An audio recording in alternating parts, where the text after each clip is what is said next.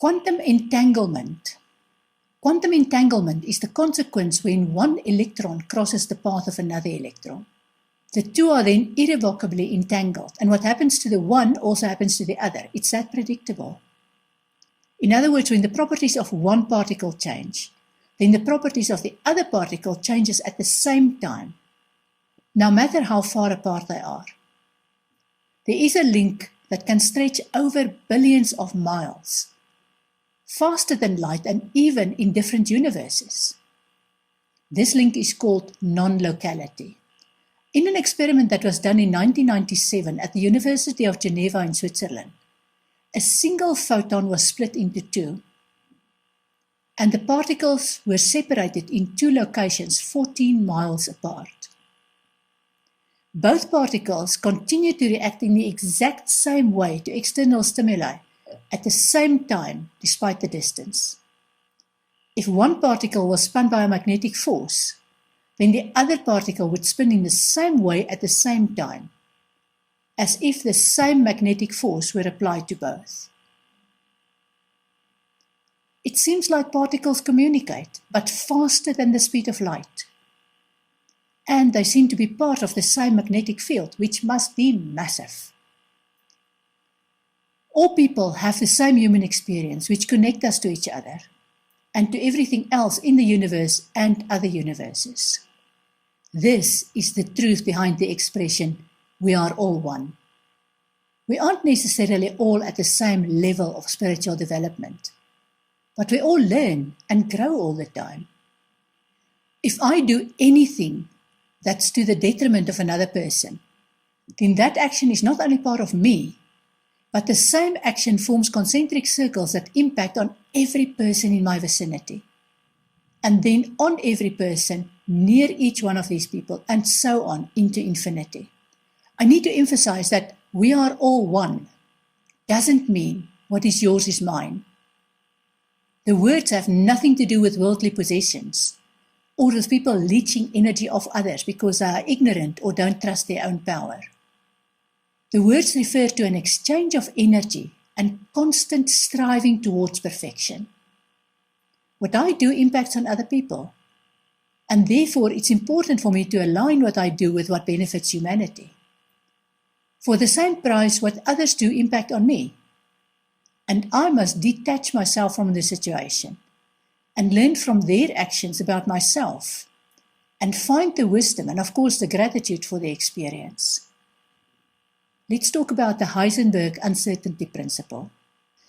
A wave function contains the position, which is amplitude or height, and the momentum, which is the wavelength of the electron. You can be either sure of the position but not the momentum, sure of the momentum but not the position, or unsure of both the position and momentum. In short, you cannot know the exact position of the electron. The combination of wavelengths that form the momentum tells you what the probability of the wavelength is. Depending on the angle at which the wave containing the electron hits the obstacle, the wave can either refract, which is travel through the obstacle, or reflect, which is bounce away from the obstacle, or both. Where the wave refracts, a tiny, tiny wave reflects. That's called an evanescent wave. And this can only be detected under a microscope when there is another barrier near enough for the evanescent wave to pass through while the wave exists. Now let's get to Schrödinger's cat. Schrödinger stated that when you put a cat in a box, there is the probability that the cat in the box is either dead or alive. You'll know the answer when you see the cat. In other words, when you add your consciousness so that you can see the cat. That means the superposition, or the ability to exist in different states simultaneously, collapses, and the cat enters a solid state where you can observe whether the cat is alive or dead. The bigger the object, the smaller its wavelengths. How does Heisenberg's uncertainty principle relate to spirituality?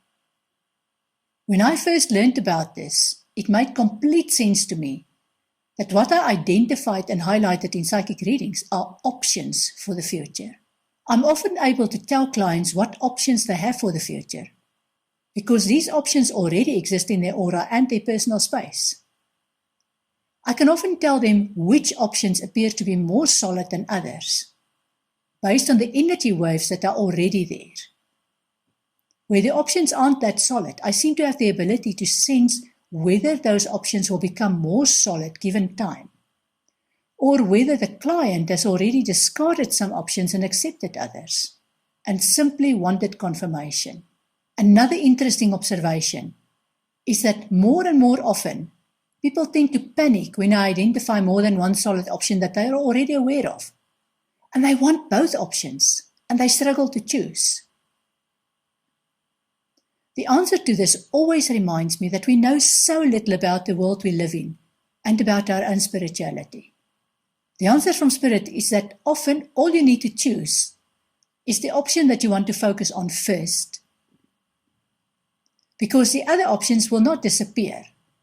They will get into an orderly queue and wait for you.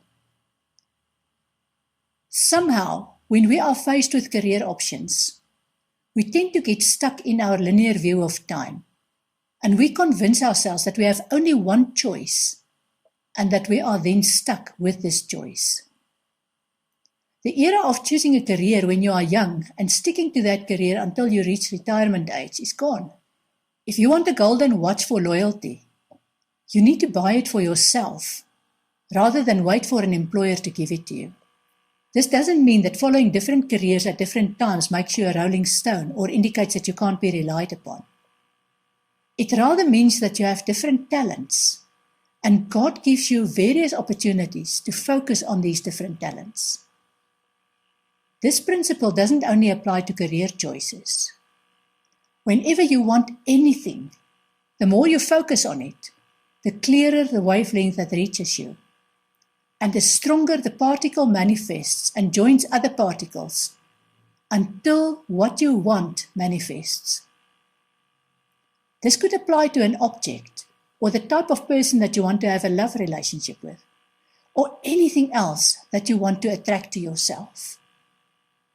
Let me ask you, what is your heart's desire right now? How much time and energy do you use to focus on this desire so that it can manifest?